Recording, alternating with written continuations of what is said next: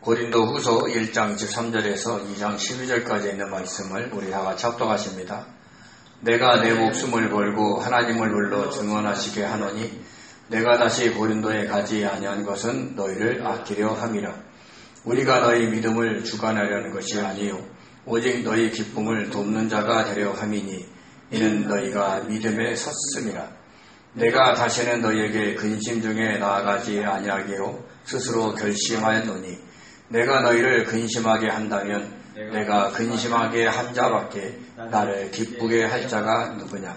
내가 이같이 쓴 것은 내가 갈 때에 마땅히 나를 기쁘게 할 자로부터 도리어 근심을 얻을까 염려함이요 또 너희 모두에게 대한 나의 기쁨이 너희 모두의 기쁨인 줄을 확신함이로다.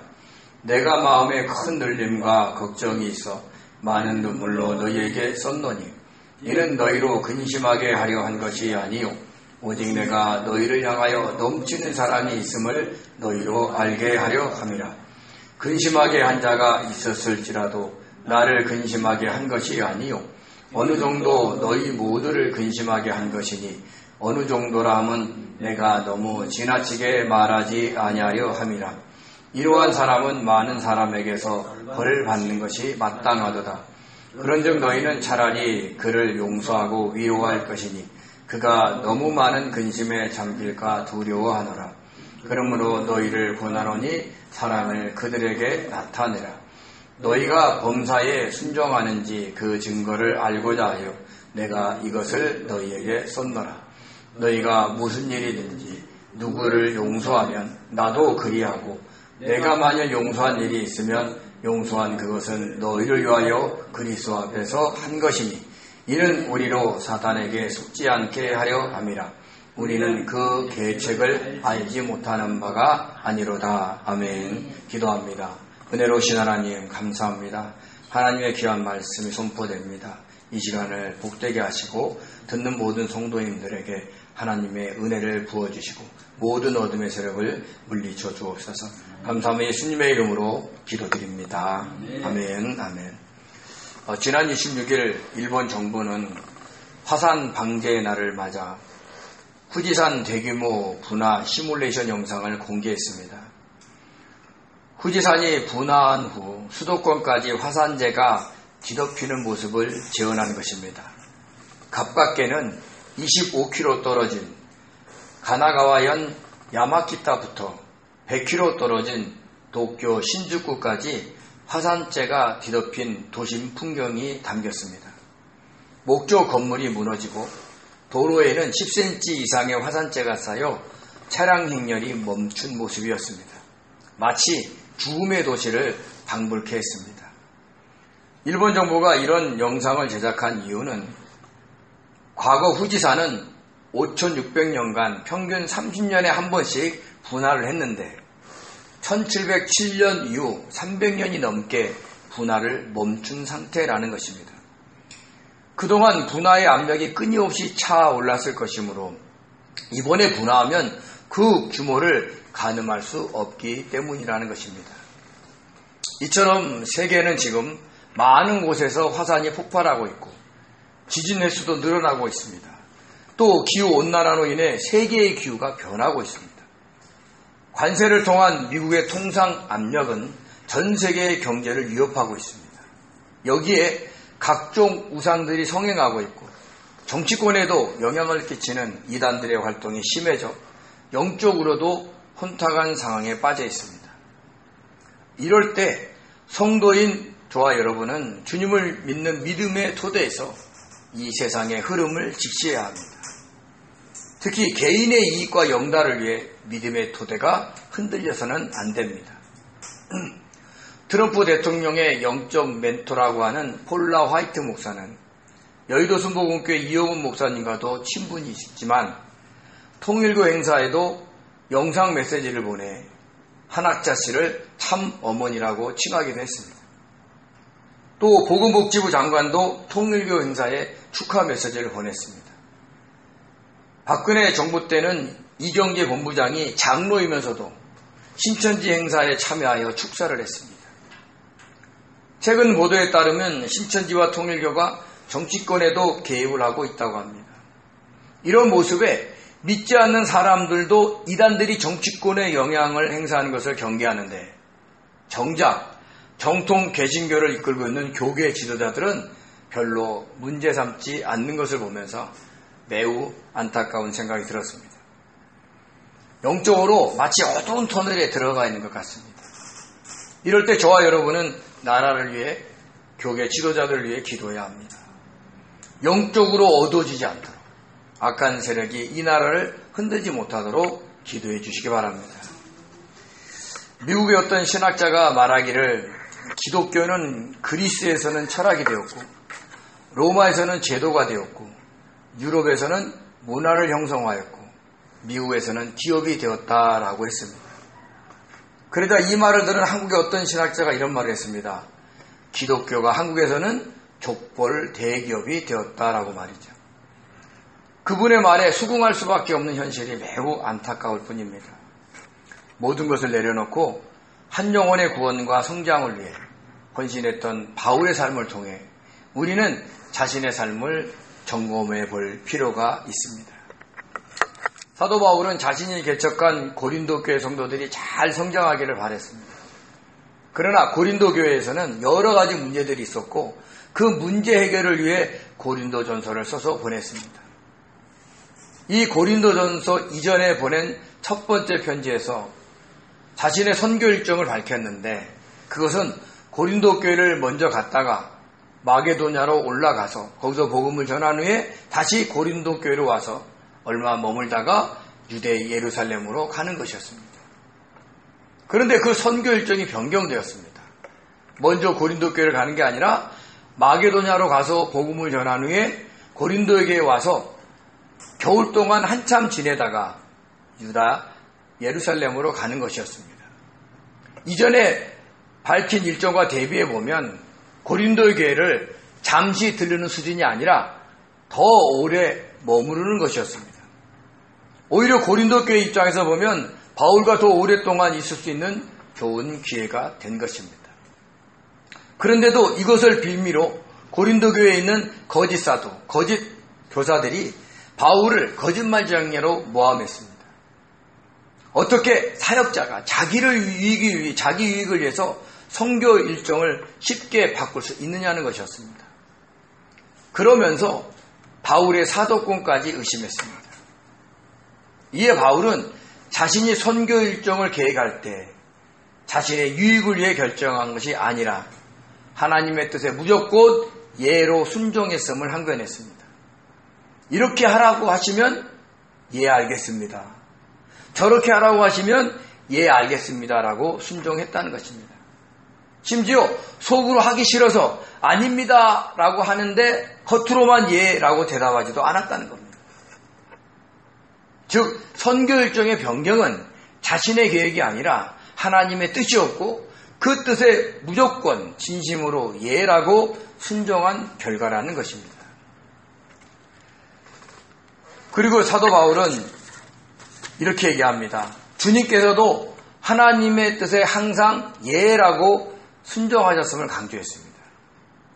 십자가에 못 박혀 죽어야 한다는 명령에도 주님은 예라고 순종하며 하나님의 구원 사역을 이루셨습니다. 그로 인해 하나님의 모든 약속이 그리스도 안에서 항상 예가 되었고 그 결과를 보면서 우리는 아멘으로 하나님께 영광을 돌려드리게 된다라고 했습니다. 주님께도 십자가에 못 박혀 죽는 것은 감당하기 어려운 하나님의 명령이었습니다. 그래서 겟세마네 동산에서 땀이 핏방울 되도록 기도하면서 아버지 이 잔을 내게서 지나가게 하옵소서라고 기도하셨던 것입니다. 그러나 그것은 하나님의 명령에 아니요 나 싫어요 이렇게 거부하는 것이 아니라 하나님의 그 명령에 예로 대답하는 과정이었던 겁니다. 속으로는 하기 싫은데 순종한 것이 아니라 그 마음속 깊은 곳에 즉 속으로서 그 말씀에 그 명령에 예로 대답하는 과정이었던 겁니다. 자기를 부인하고 십자가의 고통보다 우리의 구원을 원하셨기에 그 십자가를 못 박혀 죽으라는 명령에 순종하신 겁니다. 그 예의 순종으로 인해 구약에 약속하신 하나님의 모든 약속이 다 이루어졌고 이루어져 가고 있습니다. 그것을 보고 우리들은 아멘으로 하나님께 영광을 돌리게 되었다라는 것입니다. 그리고 사도 바울은 우리가 하나님께 어떤 은혜를 받았는지를 설명했습니다. 즉 우리의 현재 영적 상태를 알려준 겁니다. 그것은 하나님께서 우리를 주 안에서 굳건하게 세워가시고 기름을 부어 왕으로 선지자로 제사장으로 사명을 주셨고 창세전에 택하셔서 우리 이마에 하나님의 이름과 어린 양의 이름을 새겨서 인치시고 그것을 보증하기 위해서 성령을 주셨다라고 하셨습니다. 그러니까 완전히 구원받은 백성이 됐다라는 것을 확인시켜 주신 겁니다. 그런데도 그런 은혜를 받았는데도 이 작은 문제로 서로 의심하고 다투면 되겠느냐는 겁니다. 거짓 사도와 거짓 교사들의 모함에 놀아나서야 되겠느냐라고 충고하고 있는 것입니다. 그러면서 자신이 고린도 교회에 가지 않으랬던 이유에 대해서 추가로 설명합니다. 이것은 선교 일정에 얘기한 것처럼 마게도냐로 가는 선교 일정이 변경으로 인해서 고린도 교회에 가지 않은 것을 설명한 것이 아니에요.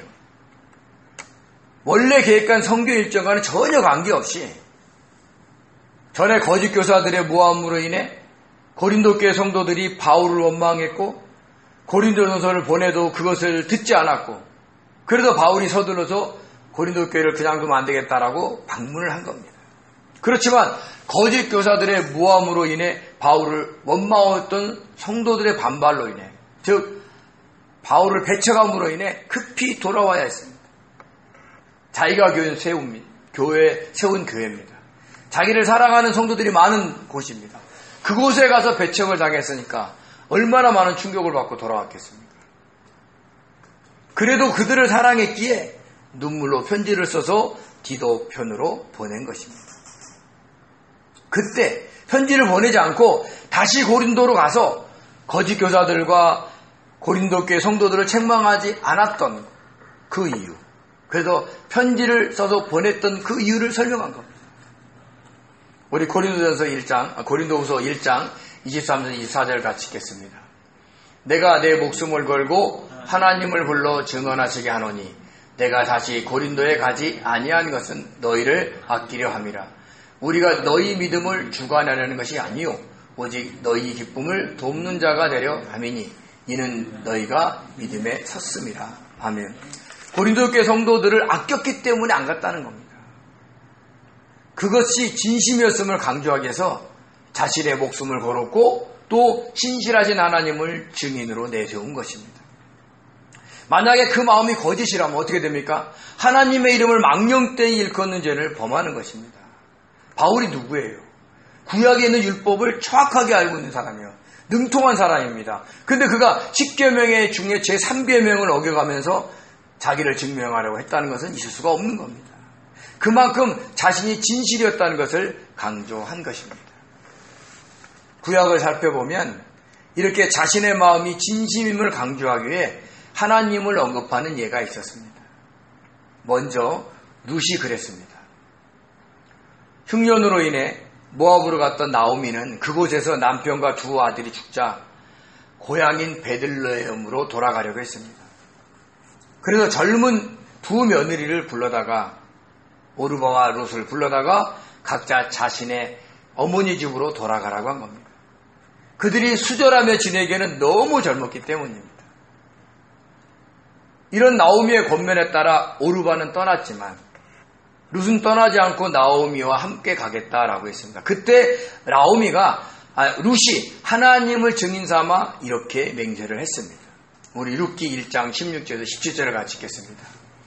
어머니의 백성이 나의 백성이 되고 어머니의 하나님이 나의 하나님이 되시리니 어머니께서 죽으시는 곳에서 나도 죽어 거기 묻힐 것이라. 만일 내가 죽는 일 외에 어머니를 떠나면 여호와께서 내게 벌 내리시고 더 내리시기를 원하나이다 하는지라. 아멘. 룻은요 이방 여인이었어요. 모압 여인이었던 겁니다. 근데도 하나님을 알고 믿었고 그 하나님 앞에서 자신의 진심을 말한 겁니다. 즉 하나님을 증인 삼아서 나오미를 떠나지 않겠다라고 맹세한 겁니다. 이해할 수 없이 나오미는 며느리 룻과 함께 베들레헴으로 돌아왔습니다. 근데 하나님의 은혜로 거기서 보아스와 재혼을 했고 다윗의 할아버지인 오벳을 낳게 된 것입니다. 다윗도 자신의 진심을 위해 하나님을 증인 삼아 맹세했습니다. 우리 사무엘하 3장 35절을 같이 읽겠습니다. 석양에 뭇 백성이 나와 다윗에게 음식을 권하니 다윗이 맹세하여 이르되 만일 내가 해지기 전에 떡이나 다른 모든 것을 맛보면 하나님이 내게 벌 위에 벌 내리심이 마땅하니라. 아멘. 다윗에는 그 수하에 요압 장군이 있었습니다. 근데 요압 장군이 다윗과 협상하고 돌아가는 아브넬 장군을 다시 불러다가 그를 살해했습니다. 왜 그랬느냐? 그 아브넬 장군이 자신의 친동생을 죽였기 때문입니다. 그러니까 원수를 갚은 거죠. 그런데 이것이 자칫 다윗이 그 아브넬 장군을 꼬셔서 협상하게 한 후에 요압 장군을 시켜 죽인 것으로 오해받을 수 있었습니다. 그러면 북쪽에 살고 있는 백성들의 마음을 살 수 없기 때문에 통일 이스라엘은 이룰 수가 없었던 것입니다. 그래서 자신이 시킨 일이 아니라는 것을 증명하기 위해서 아브넬 장군의 죽음을 슬퍼하며 금식하고 있었던 것입니다.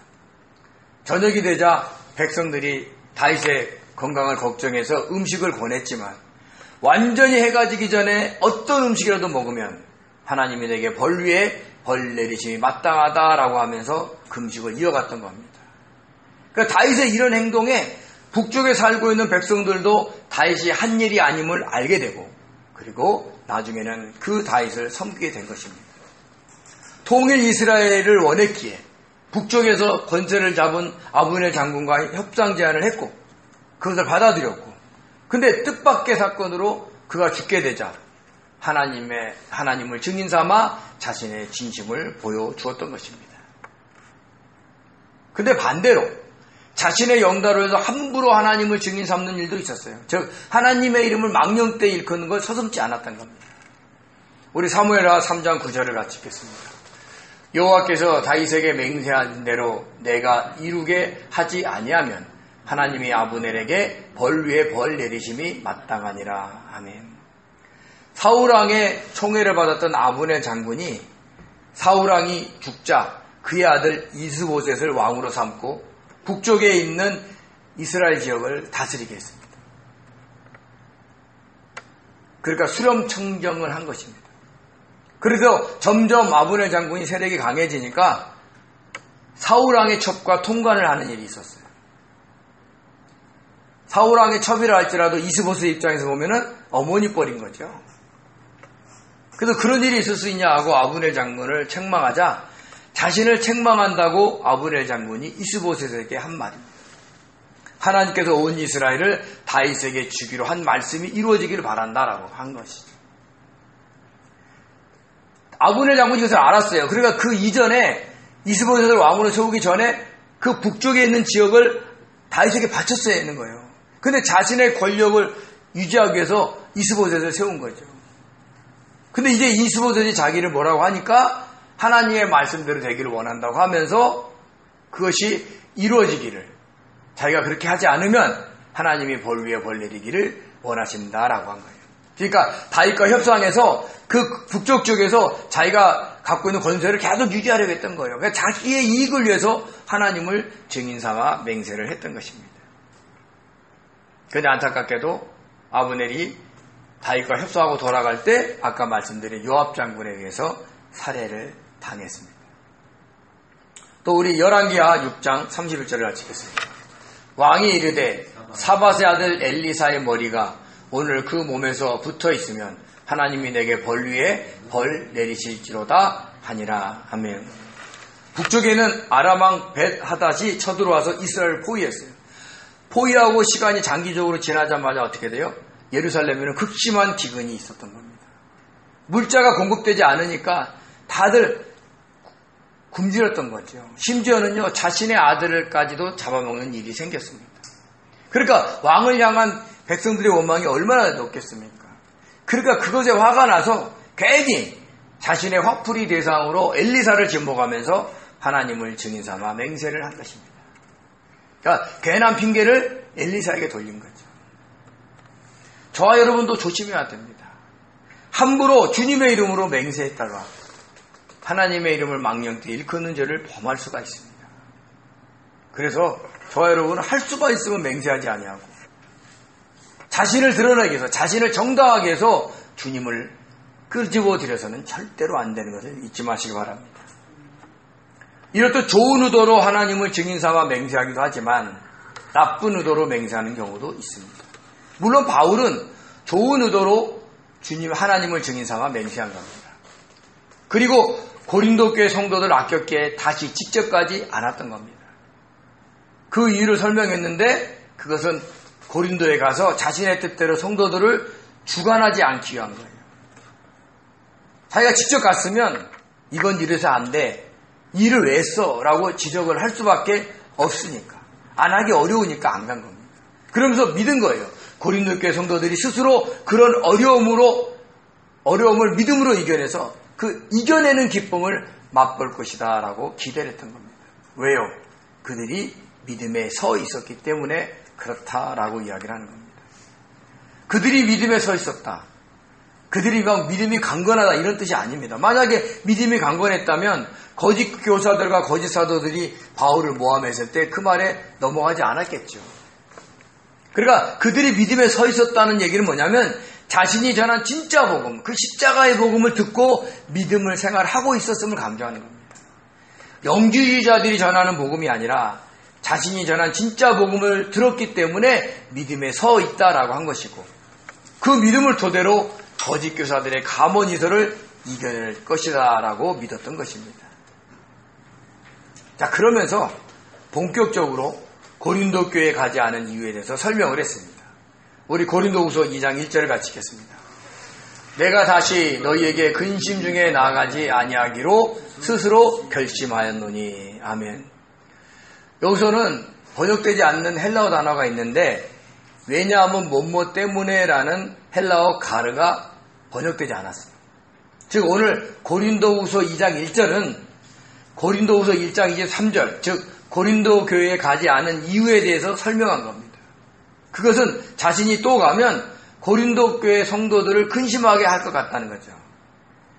야, 바울이 또 온대. 야, 또 교회가 시끄럽겠구나. 우리를 책망하면 어떻게 할까? 어떡하지? 이렇게 근심을 주지 않기 위해서 자기가 내려가지 않기로 스스로 결정했다라고 이야기를 하는 겁니다.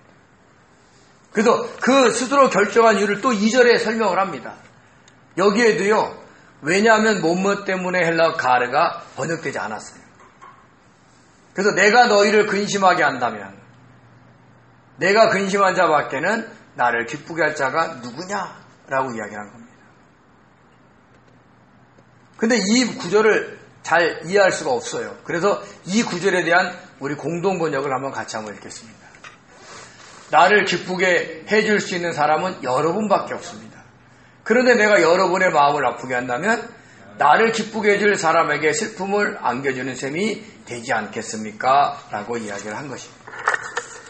그러니까 너희에게 근심 중에 나가지 아니하기로 한다라는 얘기는 그들이 마음 아플까 봐 안 갔다는 얘기를 하는 겁니다.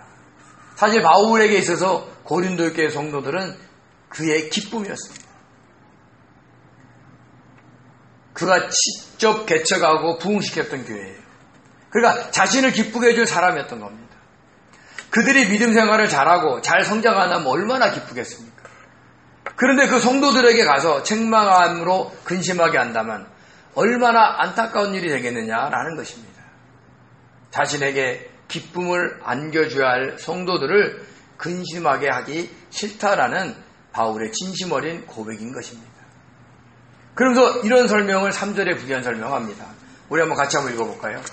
내가 이같이 쓴 것은 내가 갈 때에 마땅히 나를 기쁘게 할 자로부터 도리어 근심을 얻을까 염려하며 또 너희 모두에 대한 나의 기쁨이 너희 모두의 기쁨인 줄 확신함이로다. 아멘.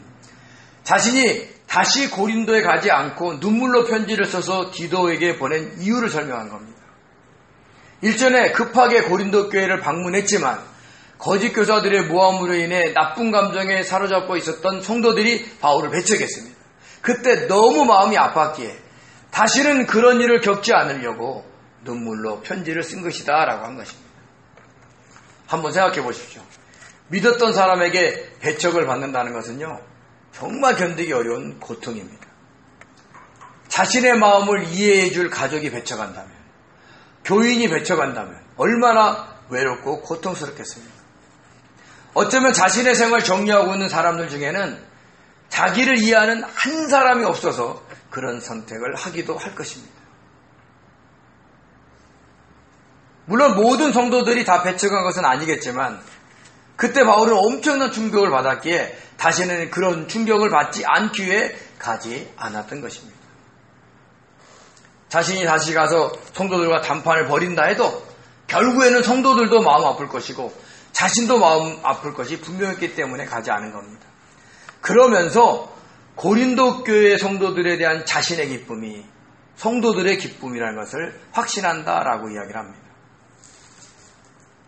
사실 바울은요, 고린도 교회 성도들만 생각하면 마음이 즐거워졌어요. 왜요? 자기가 정성을 다해서 섬겼던 교회이기 때문에 그렇죠. 성도들은 어떨까요? 바울만 생각하면 즐거워질 것이라 확신한다라고 얘기한 겁니다. 왜냐? 바울은 자신이 섬기는 교회를 개척한 사람일 뿐만 아니라 그가 떠날 때에도 그들에게 상처를 남기지 않고 떠났기 때문입니다. 한 영혼이라도 실족하지 않기에 정말 조심하면서 사역을 했어요. 그래서 바울에 대한 인상이 좋았던 겁니다. 사례비도 요구하지 않았고요. 그리고 누가 실족한다면 고기까지 먹지 않으려고 했던 것입니다. 그런 바울을 알기에 고린도 교회 성도들도 바울만 생각하면 기뻤을 것이다 라고 한 겁니다. 그러면서 눈물로 편지를 쓴 그 이유에 대해서 추가로 설명합니다. 물론 여기에도 번역되지 않았어요. 왜냐하면 뭐 때문이라 라는 헬라어 가르가 번역되지 않았습니다. 즉 3절의 내용을 설명한 겁니다. 우리 4절을 한번 같이 읽겠습니다. 내가 마음에 큰 눌림과 걱정이 있어 많은 눈물로 너희에게 쏟노니 이는 너희로 근심하게 하여 한 것이 아니요 오직 내가 너희를 향하여 넘치는 사랑이 있음을 너희로 알게 하려 함이라. 아멘. 눌림의 헬라어 들립시스는 억압, 고난, 환난, 압박이라는 뜻이 있고요. 걱정의 헬라어 시노케는 호의, 비통, 고통, 고뇌라는 뜻이 있습니다. 들립시스는요, 외부와 내부로 오는 모든 고난과 고통을 의미하고, 시노케는요, 불안과 절망과 같은 마음을 옥죄오는 고통과 억압을 의미합니다. 여기서는 고린도 교회 성도들이 자신이 전한 십자가의 복음이라는 믿음 위에 굳건히 서 있는 것을 믿지만 그래도 계속해서 거짓 교사들의 가문이설과 가짜 복음을 들음으로 넘어갈까봐 걱정이 돼서 마음의 눌림까지 이어졌다라고 이야기를 한 겁니다. 우리가 어떻게 돼요? 어떤 일을 너무 근심하게 되면 숨도 제대로 못 쉬는 상황까지 이르게 됩니다. 그것이 눌림입니다. 바울이 그랬다는 겁니다. 그래서 많은 눈물을 흘리면서 편지를 쓴 것입니다. 그렇지만 그것은 고린도 교회 성도들을 근심하게 하려는 것이 아니라 그들을 향한 넘치는 사랑이 자신에게 있음을 표현하는 것이다 라고 했어요. 사실 눈물의 편지의 내용이 전해지지 않고 있어서 바울이 얼마나 자기의 사랑을 표현했는지는 모릅니다. 아마도 자기가 표현할 수 있는 모든 문장을 총동원해서 썼을 겁니다. 그래서 그들이 바울을 이해했고 받아들였을 뿐만 아니라 고린도와 교회 안에 있는 거짓 교사들과 대항해서 바울을 표현했던 것입니다. 넘치는 헬라어 페리소테로소스는 더욱 풍부하게, 더욱 크게, 더욱 많이, 더욱 진지하게 라는 뜻이 있습니다. 자신이 오랫동안 머물면서 개척하고 성장시킨 교회였기에 남다른 사랑이 있었을 겁니다. 그 사랑이 더욱 풍부하다는 것을 알려주는 겁니다. 고린도 교회 성도들이 고린도 교회의 풍습을 그대로 교회 안에서 한다고 해서 미워서 책망한 것이 아닙니다. 거짓 교사들의 모함에 넘어간 것이 미워서 책망한 것이 아닙니다. 영이 변화되고 성숙하지 않을까봐 거짓 교사들의 모함에 넘어가 잘못된 신앙생활을 할까봐 책망한 겁니다. 그리고 지금은 그것이 너무 걱정이 돼서 눌림까지 왔다라고 하는 겁니다. 우리는 경험했을 겁니다. 종종 우리가 가위에 눌리기도 하죠. 자라는 과정에서도 많이 경험을 하지만 어떤 일에 너무 신경을 써도 그런 일을 경험합니다. 가위 눌린다는 것은 한자어가 아닙니다. 순수 우리말로서 주로 수면 중에 의식이 뚜렷하면서도 몸을 움직일 수 없는 상태를 의미합니다. 몸 가운데 눌려서 꼼짝달싹 못하는 것을 의미하는 것이죠. 아마 바울도 그런 상태까지 이른 겁니다. 왜요? 고린도 교회를 너무 염려해서 말이에요. 그래서 많은 눈물을 흘리면서 편지를 썼다라고 이야기를 하고 있는 겁니다. 그리고 급하게 방문한 가운데 자신을 유독 근심하게 하는 성도에 대해서 언급을 합니다. 얼마나 화가 났으면 굳이 이 사람을 언급을 할까요? 5절에 이런 말을 합니다. 같이 한번 읽어볼까요? 근심하게 한 자가 있었을지라도 나는 나를 근심한 것이 아니요 어느 정도 너희 모두를 근심하게 한 것이니 어느 정도라 하면 내가 너무 지나치게 말하지 아니하려 함이라. 아멘. 자기를 근심하는 사람이 대항하는 것으로 해서 너무 견디기 어려웠을 겁니다. 근데 자기가 근심한 것뿐만 아니라 어느 정도 모든 성도들을 근심하게 했을 것이다라는 거죠. 굳이 어느 정도다라고 이게 톤을 다운시킨 이유는 뭐냐면 그의 행동을 너무 지나치게 말하지 않기 위해서, 즉 자기를 근심하게 한, 자기를 대적한, 자기를 배척한 그 성도까지 배려한 것입니다. 그 성도가 바울을 향해 어떻게 심하게 행동했는지를 모릅니다. 아마 선교 일정을 바꾸는 거짓말장이라고, 사도가 아니라고 대들었을 겁니다. 이외에도 있는 말 없는 말 못해도 대들었을 것입니다. 그 모습을 보고 바울뿐만 아니라 다른 성도들도 충격을 받았을 겁니다. 만약에 교회에서 목사님에게 중직자 중에 한 명이, 즉 장로님 중에 한 명이 막 그렇게 대들었다면 어떻게 했겠어요? 그것을 보고 있는 성도들도 충격을 받지 않겠습니까? 그랬다는 거예요. 그렇지만 그 성도도 고린도 교회 성도이기에 상처되지 않도록 조금만 근심했다라고 그 악한 행동을 악화시켜서 설명을 한 겁니다. 자기를 대적한 그 성도를 향한 바울의 사랑을 느낄 수가 있는 겁니다. 근데 그 성도가 너무 심했기 때문에 주변에 있는 많은 성도들이 대항을 한 겁니다. 우리 6절에서 7절을 같이 읽겠습니다. 이러한 사람은 많은 사람에게 벌 받는 것이 마땅하도다. 그런즉 너희는 차라리 그를 용서하고 위로할 것이니 그가 너희 너무 많은 근심에 잠길까 두려워하노라. 아멘. 다른 성도들이 바울에게 너무 심하게 하니까 그 사람을 책망했던 거예요. 근데 그게 마땅하다는 거예요. 왜요? 주님의 사랑으로 대한다고 잘못한 사람을 책망하자고 무조건 품으면 안 돼요.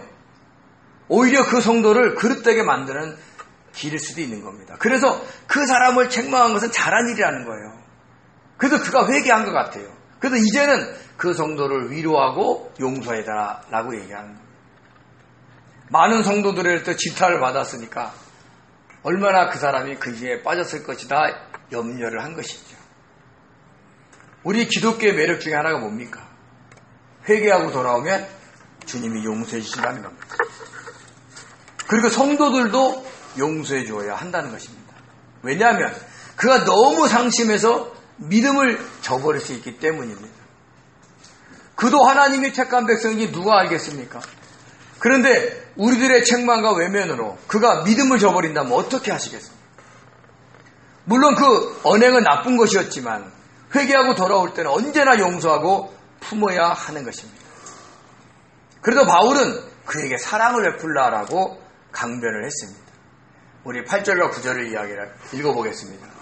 그러므로 너희를 권하노니 사랑을 그에게 나타내라.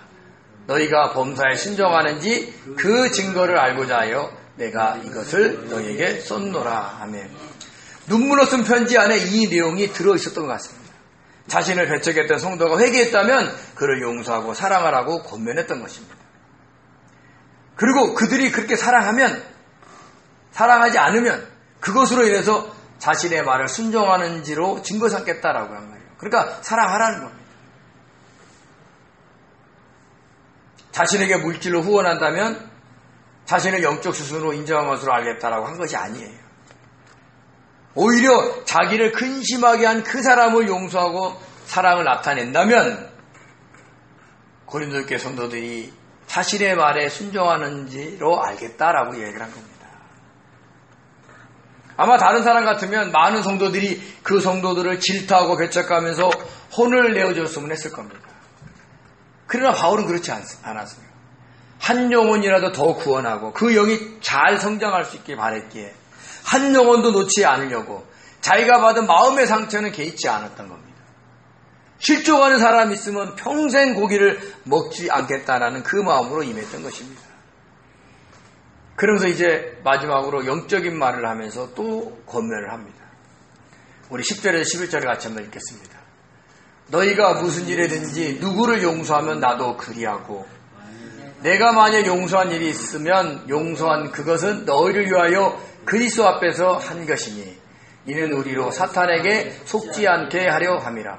우리는 그 계책을 알지 못하는 바가 아니로다. 아멘. 성도들이 잘못한 어떤 성도를 용서하면 자신도 그 성도를 용서하고 또 자신이 용서한 일이 있다면 그것은 너희를 위하여 그리스도 앞에서 한 것이다 라고 하는 것입니다.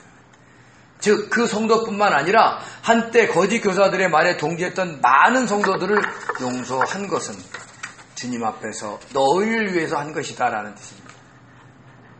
우리의 죄사함을 위해서 십자가에 못 박히신 주님 앞에 용서 못할 일이 없는 겁니다. 우리 자신도 주님께 그런 은혜와 사랑을 받았는데 회개하고 돌아오는 누군들 용서하지 못하겠습니까? 1만 달란트 탕감받은 자가 자신에게 얼마 빚진 자를 왜 탕감해 주지 않겠습니까? 즉 그 성도뿐만 아니라 바울을 비롯한 다른 성도들도 주님의 용서를 받았기에 그것을 상기시키면서 회개한 그 성도를 용서하고 사랑해 주다라고 하는 것입니다. 그러면서 이런 용서와 사랑이 교회를 분열시키려는 사탄의 계략에 속지 않는 길이라고 하십니다. 사탄은요 어떻게 해서든지 우리를 믿음의 반성에서 벗어나게 하려고 우는 사자처럼 우리 주변에서 포효하고 있습니다. 성도들의 믿음을 무너뜨리고 교회를 무너뜨리려고 우는 사자처럼 포효하고 있는 것입니다.